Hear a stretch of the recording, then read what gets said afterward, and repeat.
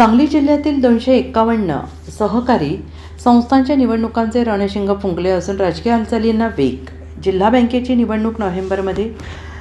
राज्य सहकारी निवडणूक प्राधिकरणाने विविध कारणांमुळे सहकारी संस्थांच्या निवडणुकांवर घातलेली स्थगिती अखेर उठवलेली आहे. स्थानिक स्वराज्य संस्थांच्या निवडणुका पूर्ण झाल्यानंतर हा निर्णय घेण्यात आलेला असून जिल्ह्यातील जिल्हा मध्यवर्ती सहकारी बँक, विश्वासराव नाईक, मोहनराव शिंदे साखर कारखाना, सूतगिरण्या विकास सोसायट्यांसह निवडणुकीस पात्र असलेल्या तब्बल 251 सहकारी संस्थांच्या निवडणुकांचा मार्ग मोकळा झालेला आहे. राज्य सहकारी निवडणूक प्राधिकरणाने जिल्हा उपनिबंधकांना निवडणूक प्रक्रिया सुरू करण्याचे आदेश दिल्याने प्रशासन कामाला लागलेलं आहे.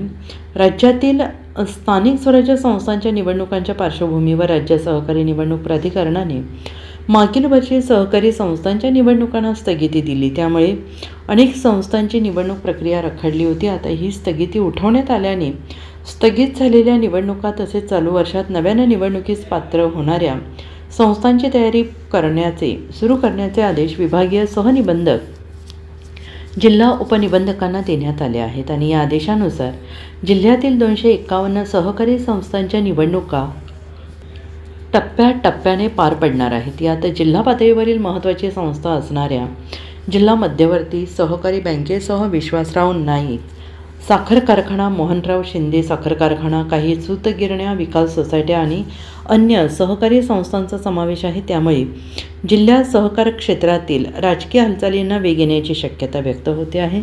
या निवडणुकीस पात्र असलेल्या संस्थांमध्ये अ वर्गातील 10, ब वर्गातील 54, क वर्गातील 126, ड वर्गातील 61 सहकारी संस्थांचा समावेश आहे.